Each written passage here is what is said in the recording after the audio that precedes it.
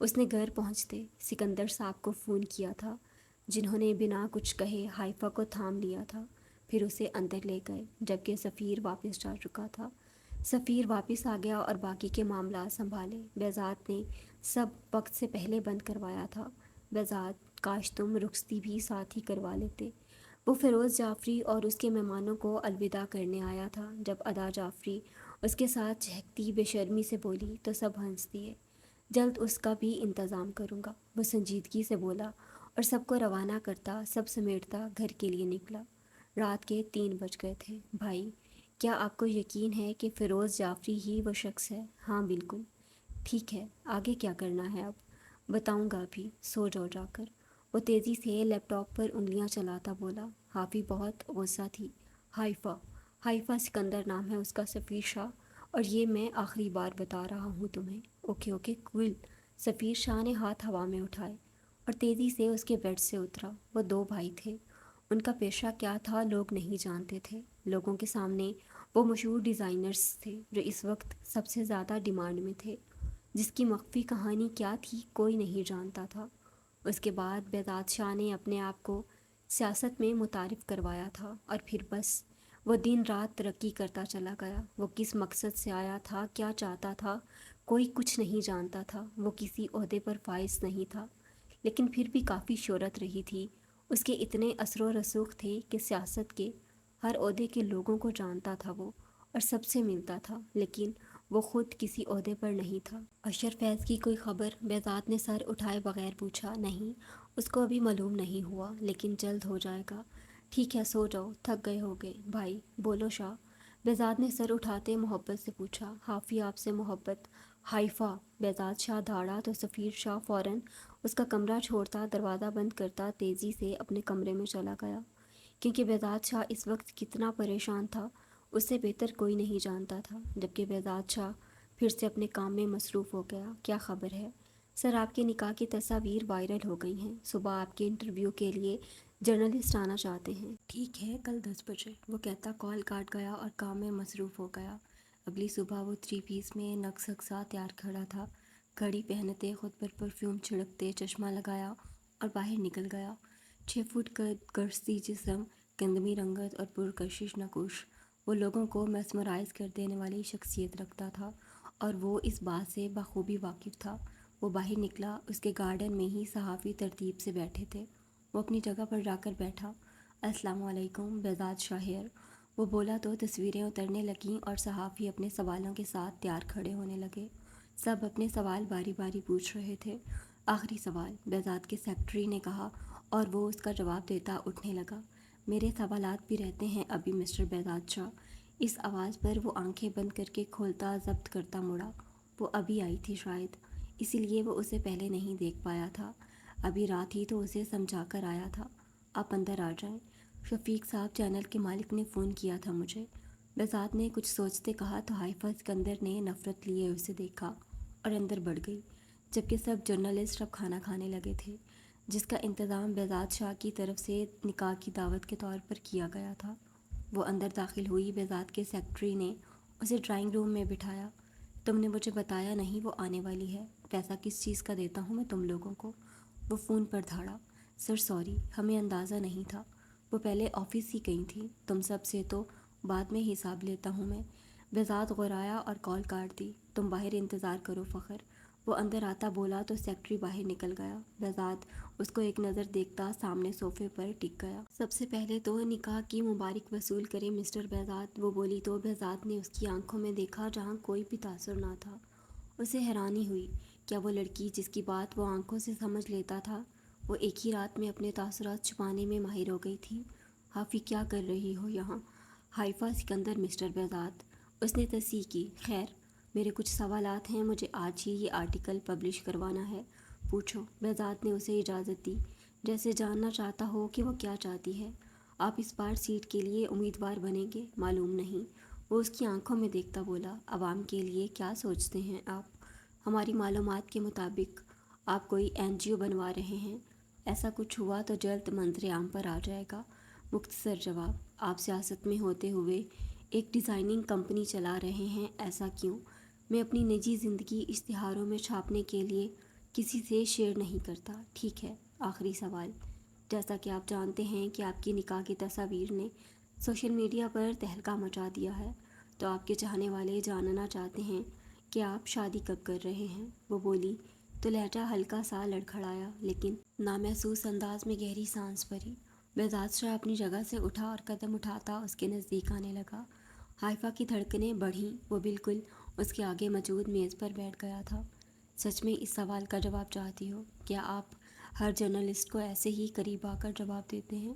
وہ فوراً کھڑی ہو گئی اپنی جگہ سے۔ نہیں، یہ مقام صرف حائفہ بہزاد شاہ کو حاصل ہے۔ میں چلتی ہوں اب، بات کر کے اچھا لگا، خدا حافظ۔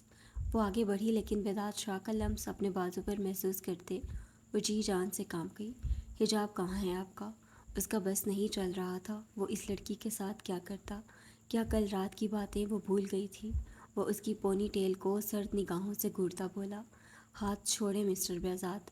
حائفہ میرا دماغ مت خراب کریں، نہیں تو نتائج آپ کی چھوٹی سی جان سہ نہیں پائے گی۔ ہاتھ چھوڑیں۔ وہ اپنا بازو اس کی گرفت سے نکالتی ایک قدم دور ہوئی۔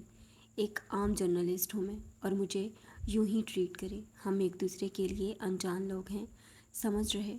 اگلی بار اپنی حدود کو کراس مت۔ بہزاد نے اسے کھینچ کر دیوار کے ساتھ لگایا اور اس پر جھکا۔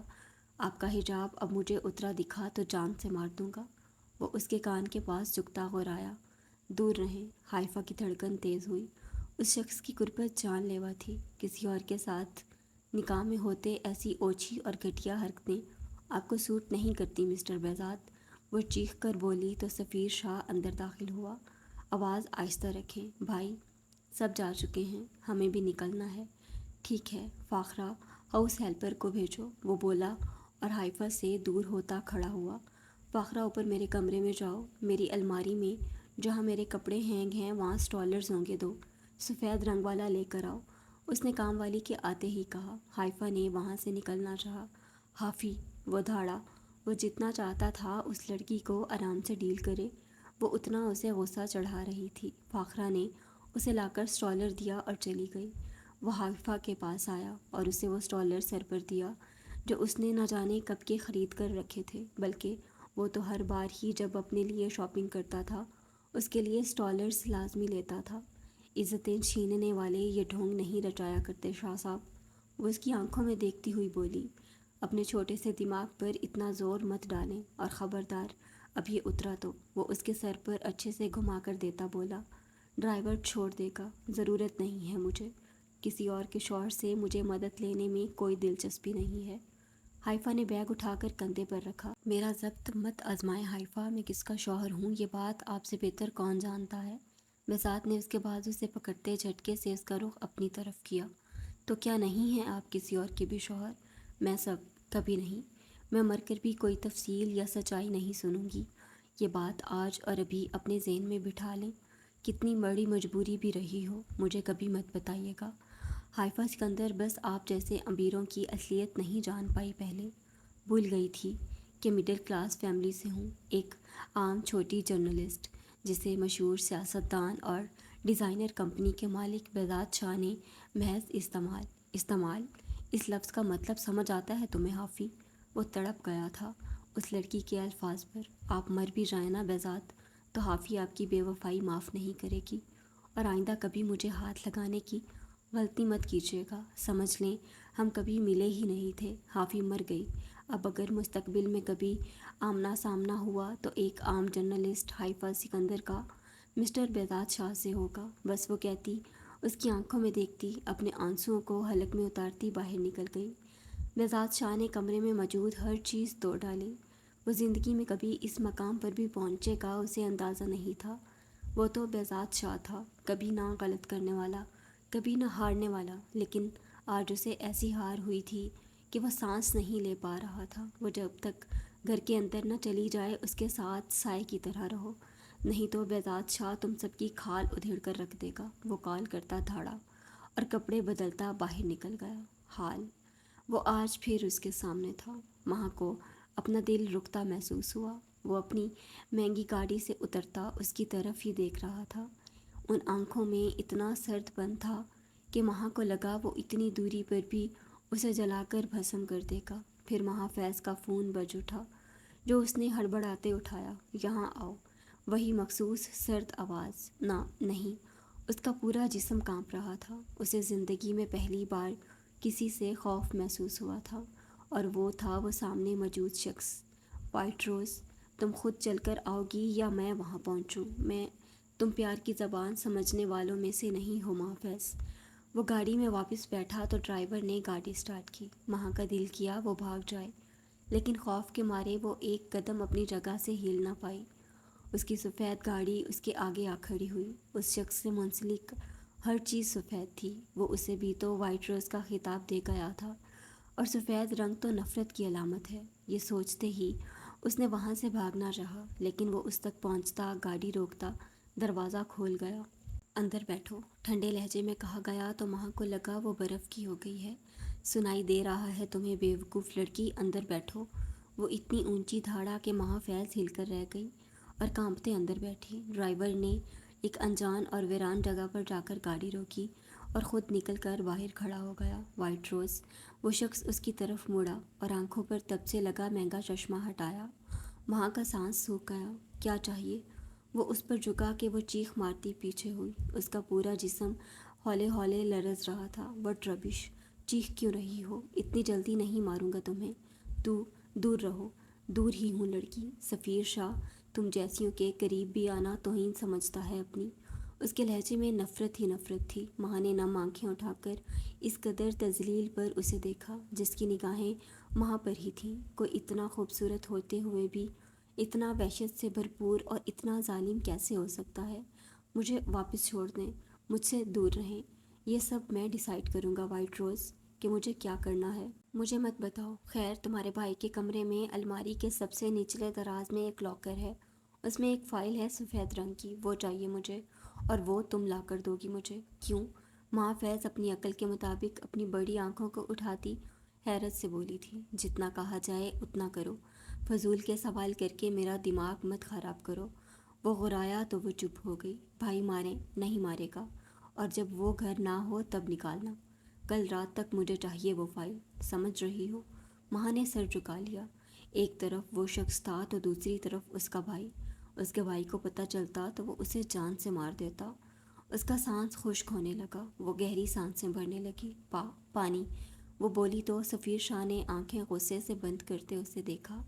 پانی سامنے موجود تھا اس کے، لیکن وہ اس لڑکی کو تڑپتا دیکھ رہا تھا۔ پھر کچھ لمحوں بعد اسے پانی پکڑایا۔ اس نے پی لیا تو سفیر شاہ نے وہ بوتل گاڑی سے باہر پھینک دی۔ محافظ اس کی خود کے لیے اتنی نفرت دیکھ کر حیران تھی۔ کیا کوئی کسی سے اتنی نفرت بھی کر سکتا ہے جتنی اس شخص کی آنکھوں میں تھی اس کے لیے؟ اس نے ڈرائیور کو واپس بلایا اور اس کی یونیورسٹی کے باہر گاڑی روکی۔ وہ اتر گئی تو وہ گاڑی بھگا لے گیا۔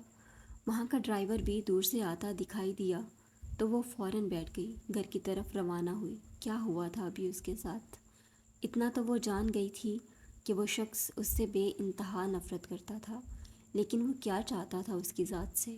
اسے مرد ذات سے جو خوف تھا اس میں مزید اضافہ ہوا۔ کاش آپ نے اچھے مرد بھی بنائے ہوتے۔ وہ گہری سانس بھرتی، آسمان پر نگاہ ڈالتی، اپنے ہاتھوں کی لڑکھڑاہٹ پر قابو پانے لگی۔ اس نے تو سفر تجھ سے اب تک کا میں پڑھا تھا کہ رب العزت نے ایک شخص فقط تمہارے نام لکھا ہے، تو اس کی قسمت کا مرد کہاں تھا؟ اس نے بچپن سے اب تک مرد کا وحشت سے بھرپور اور ظالمانہ روپ ہی تو دیکھا تھا۔ وہ کہانیوں میں دکھائے جانے والے کردار کہاں تھے؟ وہ رو دی پھوٹ پھوٹ کر اپنے کمرے میں پہنچتے ہی۔ وہ مجھے مار دے گا، مجھے فائل، وہ ہچکی لیتے بولی، اور اپنے بستر پر آڑی ترچھی لیٹتے ہی سسکیاں لیتے سو گئی۔ وہاں کسی کو پرواہ نہیں تھی کہ اس نے کھانا کھایا تھا یا نہیں، یا وہ کمرے میں بھی موجود تھی یا نہیں۔ میرے لیے کیوں نہیں کسی کو بنایا؟ وہ بس ایک ہی بات پر چیختی اور پھر خاموش ہو جاتی، بالکل خاموش، جیسے کوئی لفظ اب بولا تو ضائع ہو جائے گا۔ وہ رات کے پہر باہر نکلی، جسم سارا کانپ رہا تھا۔ وہ اوپر سیڑھیاں چڑھتے اپنے بھائی کے کمرے کے قریب رکی، دل مانو جیسے ابھی اچھل کر باہر آ جاتا خوف سے۔ اس کا جسم سفید پڑنے لگا تھا۔ اس نے دروازہ کھولنے کے لیے ہاتھ بڑھایا، ماں، اور اسے لگا اس کی موت سامنے کھڑی ہے، اس کے بھائی کے روپ میں۔ یہاں کیا کر رہی ہو؟ تمہاری ہمت کیسے ہوئی میرے کمرے تک آنے کی؟ بھائی جلدی بولو، 10 بار جملے میں ہکلایا مت کرو، میں آپ سے پیسے لینے۔ اسے سمجھ نہ آیا، زبان جیسے اس کا ساتھ نہیں دے رہی تھی۔ کتنے چاہیے؟ وہ احسان کرنے والے انداز میں بولا۔ وہ آگے سے کہہ نہ پائی کہ جس محل میں اور جس کاروبار کا پیسہ کھاتے تم حیوان بن گئے ہو وہ اس کا ہی ہے۔ 2000۔ اس نے 1000 نکالتے اس کی ہتھیلی پر رکھا۔ شکل گم کرو اور پیسے کم خرچ کرو، تمہارے باپ کا مال نہیں ہے، آئندہ یہاں دکھی تو زندہ دفن کر دوں گا۔ وہ بولتا کمرے میں چلا گیا، جبکہ وہ روتی اندھا دھند کمرے میں آ کر بند ہو گئی۔ یہ سب مجھے مار دیں گے، مار دیں گے، میں مر جاؤں گی ماما۔ اس نے چہرہ تکیے میں دیتے اپنی چیخوں کا گلا گھونٹا۔ اس کا فون مسلسل بج رہا تھا۔ اس نے بنا دیکھے اٹھاتے کان کے ساتھ لگایا۔ لے آئیو فائل۔ وہی سرد لہجہ۔ نہیں پلیز، وہ مجھے مار دیں گے، کسی اور سے نہیں، تم کرو گی یہ کام۔ کل تک نہ ہوا تو اس کا پتہ نہیں، لیکن میں تمہیں مار دوں گا پاگل لڑکی۔ آپ دیکھ رہے ہیں میں درد میں ہوں۔ یہ لوگ، تیرے بنائے لوگ، مجھے اذیت دے رہے ہیں، مجھے واپس بلا لیں، میں خوف سے مر جاؤں گی ورنہ۔ وہ سسکیاں بھرتی نیند میں جاتے بولی تھی، جو مخالف نے بخوبی سنا تھا۔ Damn it. وہ اپنے آگے سے میز کو دور دھکیلتا اٹھ کھڑا ہوا اور تب کی چلی کال کاٹ دی۔ وہی مخصوص سفید لباس پہنا اور باہر نکل گیا۔ اب اس کو پتہ تھا اسے کیا کرنا ہے۔ اپنے لیپ ٹاپ پر جھکے اس نے اس گھر کے کیمراز کو ہیک کیا اور باہر نکل گیا۔ پیچھے کے دروازے سے اندر داخل ہوتے اس نے اپنے قدم اس کمرے کی طرف بڑھائے جیسے گھر کا سارا نقشہ حفظ ہو۔ وہاں پہنچتے ہی کان پر لگے بلوٹوتھ کو آن کیا۔ کہاں ہے وہ؟ راستے میں، تمہارے پاس 10 سے 12 منٹ ہیں، اسے مطلع کیا گیا۔ اوکے۔ وہ اندر داخل ہوا اور سیدھا اس الماری کے پاس گیا۔ نیچے بیٹھتے الماری کھولتے سامنے سے فضول کپڑے ہٹائے تو پیچھے وہ دیوار میں نصب لاکر نظر آیا۔ اس پر پاس ورڈ ہے، تم نے بتایا نہیں۔ وہ غصے سے پاگل ہونے کو تھا۔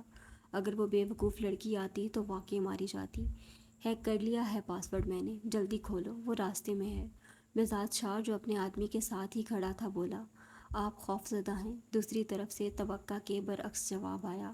وہ کہاں کبھی خوف زدہ ہوئے تھے اس آدمی سے؟ نہیں، تمہاری وہاں موجودگی سے۔ میں تو جیسے اپنی حفاظت نہیں کر سکتا، وہ ہنگارا بھرتا بولا۔ شاہ 5 منٹ، نکلو فوراً وہاں سے۔ مخالف دھاڑا تو وہ فائل نکالتا، اس کی جگہ دوسری فائل رکھتا، کپڑوں کو ویسے ہی ترتیب سے رکھتا اٹھنے لگا۔ وہ کالی چادر سرخ والے سے اوپر آئے گی۔ اس کے کان میں لگے آلے سے آواز گونجی، کیونکہ مخالف دور بیٹھا اس کی شرٹ میں لگے کیمرے کے ذریعے سامنے کا منظر دیکھ سکتا تھا۔ سفیر شاہ اپنے بھائی کی باریک بینی سے متاثر ہوتا اٹھا اور کمرے سے نکل گیا۔ کیمرہ بند کیا اور پیچھے کی طرف قدم بڑھائے جہاں سے وہ آیا تھا، لیکن نیچے کمرے کی لائٹ جلے دیکھ وہ سیڑھیاں اترتا نیچے گیا اور دروازے کو دیکھا جو نیم وہاں تھا۔ اس نے اندر جھانکا۔ یہ ان کے کام کے خلاف تھا، لیکن تجسس کے مارے، اور وہاں وہ وجود بھی تو تھا۔ کوئی صنف نازک بستر پر بے ڈھنگے انداز میں پڑی تھی۔ وہ فوراً اندر داخل ہوا اور دروازہ لاک کیا۔ اس گھر میں اس کے علاوہ کون تھا؟ اس کے پاس گیا جہاں وہ آڑی ترچھی سکڑی سمٹی سی لیٹی تھی، بنا کمفرٹر کے۔ اے سی فل سپیڈ میں چل رہا تھا۔ بے وقوف لڑکی۔ اے سی بند کرتے سفیر شاہ نے اسے دیکھا اور قدم کھڑکی کی طرف بڑھائے۔ یہاں سے وہ مستقبل میں بھی آسانی سے آ جا سکتا تھا۔ وہ جاتے ہوئے واپسی مڑا اور اس کا دوپٹہ نیچے سے اٹھا کر اس کے منہ پر پھینکا۔ اس کے مخالف کا اس طریقے سے دروازہ کھول کر اور بکھرے حلیے میں سونا اسے زہر لگا تھا۔ وہ گہری نیند میں تھی، اس لیے اس کی آہٹ اور اپنے چہرے پر دوپٹہ محسوس نہ کر پائی۔ اگر اس نے نیند کی گولیاں نہ کھائی ہوتیں تو اس شخص کی نفرت بھری نگاہیں اپنے وجود کے آر پار ہوتی محسوس کرتے وہ ڈر سے ہی مر جاتی۔ شاید اس کا فون بجا تو اس نے کان سے لگایا۔ تمہیں سزا ملے گی دیر سے آنے کی، اور اس سے دور رہو، تمہارے حق میں یہی بہتر ہے۔ مخالف نے کہا تو وہ سرد تاثرات سے بنا اسے دیکھے وہاں سے نکل گیا۔ فائل، اس نے لا کر وہ فائل سامنے کی۔ تم 15 منٹ لیٹ ہو شاہ، مخالف نے سختی سے کہا۔ اگلی بار کوشش کروں گا جلدی آنے کی، سفیر شاہ نے بے فکری سے کہا۔ تم ان سب میں اس لڑکی کو کیوں لا رہے ہو؟ کیوں لا رہا ہوں یہ آپ پوچھ رہے ہیں؟ مجھے نفرت ہے اس سے۔ اور کس نے حق دیا تمہیں یہ نفرت کرنے کا؟ اس سے دور رہو، ہمارے کام میں صنف نازک کی کوئی گنجائش نہیں نکلتی۔ میں سونے جا رہا ہوں بھائی۔ وہ کندھے اچکاتا باہر نکل گیا تو مخالف نے سخت نگاہوں سے اس کی پشت کو گھورا۔ بہزاد شاہ جانتا تھا ماں فیض اسے پسند کیوں نہیں تھی، لیکن اس سب میں اس لڑکی کا کوئی قصور نہیں نکلتا تھا تو کیوں وہ سزا کی مستحق ٹھہرتی۔ لیکن یہ بات سفیر شاہ کو سمجھانا مشکل تھا۔ سفیر شاہ جا کر سو گیا اور پھر کئی دن اپنے کاموں میں مصروف رہا۔ فون اٹھاؤ میرا یو فول، اس نے ماہا کو کتنی کالز کی تھیں آج 12 دنوں بعد، لیکن اس نے ایک کال نہ سنی اس کی، اس لیے اب میسج کرتے ڈرایا تھا، اور اس کی توقع کے عین مطابق اس ڈرپوک لڑکی نے اگلی بیل پر اس کی کال اٹھا لی تھی۔ فون کیوں نہیں اٹھا رہی تھی بیوقوف لڑکی؟ بھائی نام مت لو اس آدمی کا، مجھے ملنا ہے تم سے۔ سفیر شاہ آغاز میں غصے میں اور پھر کچھ سوچتا مسکراتا بولا، پر اسرار مسکراہٹ کی، کیوں؟ مل کر بتاؤں گا کیوں۔ آج کالج سے واپسی پر ڈرائیور کو وقت لیٹ کا بتانا، میں ایسا نہیں کروں گی، وہ چیخی اور پھر دھڑکتے دل کے ساتھ فون کاٹ دیا۔ ماں فیض بہت برا کیا تم نے خود کے ساتھ، وہ کہتا اٹھ کھڑا ہوا اور باہر نکل گیا۔ اس لڑکی کو بتائے مطلوبہ وقت پر وہ اس کے کالج کے گیٹ کے باہر موجود تھا، پھر شان و شوکت سے اترتا کالج میں داخل ہوا، اور سفیر شاہ کو کون نہیں جانتا تھا، فوراً اسے آفس میں بھیجا گیا۔ ہمارے لیے خوشی کا باعث ہے آپ کا آنا سفیر شاہ، پرنسپل تو پھولے نہیں سما رہی تھی۔ پارٹ 2 آرٹس، رول نمبر 802، ماں فیض کو بلائیں۔ لیکن آپ کیسے جانتے ہیں اسے؟ اور مجھے سوالات کے جواب دینا پسند نہیں ہے، جلدی بلائیں اسے، مجھے دیر ہو رہی ہے۔ ہم ایسے کسی کو نہیں بلا سکتے سر، بات سمجھیں۔ اور اس کے بھائی، تو آپ چاہتی ہیں مس ہما کہ آپ کے بچے کو اسکول واپسی پر لاتے؟ آپ کے ڈرائیور کو کچھ لوگ روک لیں اور آپ کے بچے کو میں بلاتی ہوں۔ وہ فوراً سے فون کان کے ساتھ لگاتی ماہ فیض کو بلانے کا کہنے لگی، آگے بھی ایسے ہی کرنا ہے آپ نے، اور مجھے امید ہے یہ بات ہم دونوں کے بیچ رہے گی۔ اس نے جیب سے ایک پیکٹ نکالتے اس کی میز پر رکھا اور باہر نکل گیا۔ وہ جانتا تھا کسی انسان کو کیسے ڈیل کرنا ہے، ماہ کو نہیں بتایا گیا تھا، اسی لیے وہ اپنے ڈرائیور کو سوچتی باہر نکل گئی، لیکن سامنے ہی اس کی سفید گاڑی کو دیکھتے اس کا وجود خوف سے کانپا۔ اس نے واپسی کے لیے قدم بڑھائے، لیکن سفیر شاہ کے گارڈ نے ایسا ہونے نہ دیا۔ سر انتظار کر رہے ہیں، اس نے جھک کر آہستہ سے کہا، اور پھر سیدھا کھڑا ہوا تو ماہ نے خوف سے کانپتے وجود پر قابو پاتے قدم اس کی طرف بڑھائے۔ وہ شخص اسے ہر بار پہلے سے زیادہ خوف زدہ کر دیتا تھا۔ وہ کیا چاہتا تھا اس سے وہ نہیں جانتی تھی، وہ اسے یوں ہی سرے راہ ملا تھا، اور اب 10 منٹ دیر کر دی تم نے ماہ فیض۔ اسے باہر ہی کھڑے دیکھ سفیر شاہ نے گاڑی کا شیشہ نیچے کرتے کہا، تو وہ ڈر کر اچھلی، اندر بیٹھو پلیز، اندر بیٹھو، نہیں تو تمہیں ہاتھ لگا کر بٹھانے میں مجھے کوئی دقت نہیں ہوگی، لیکن یقیناً تمہاری روح پرواز کر جائے گی ماہ فیض۔ وہ غرایا تو وہ فوراً سے بیٹھ گئی، لیکن وہ بالکل دروازے کے ساتھ چپک کر سمٹ کر بیٹھی تھی۔ اس کی یہ احتیاط سفیر شاہ نے نفرت سے دیکھی تھی۔ فائل لینے میں تم ناکام رہی ہو، اس کی سزا تو بنتی ہے نا اب، وہ زہر خند لہجے میں بولا تو ماہ نے سر اٹھاتے اسے دیکھا۔ آنکھیں نمکین پانی سے بھرنے لگیں۔ ماں فیض رونا نہیں کہ تمہارے آنسو مجھے مزید غصہ دلائیں گے، وہ بولا تو ماہ نے تیزی سے آنکھیں رگڑ ڈالیں۔ گڈ، سیکھ جاؤ گی، سفیر شاہ نے کہتے سگریٹ سلگایا اور اسے فرصت سے دیکھا، کیونکہ جو وہ اب کہنے والا تھا اسے جان کر یقیناً سامنے والے کی روح پرواز کر جاتی۔ ماما میں جا رہی ہوں، وہ سیڑھیاں اترتی اونچی آواز میں بولی۔ عقل کب آئے گی تمہیں حائفہ؟ نہ میں پوچھتی ہوں تمہارے باپ نے تمہیں اتنی ڈھیل کیوں دی ہے؟ کہیں سے نہیں لگتا تم 22 سالوں کی ہو۔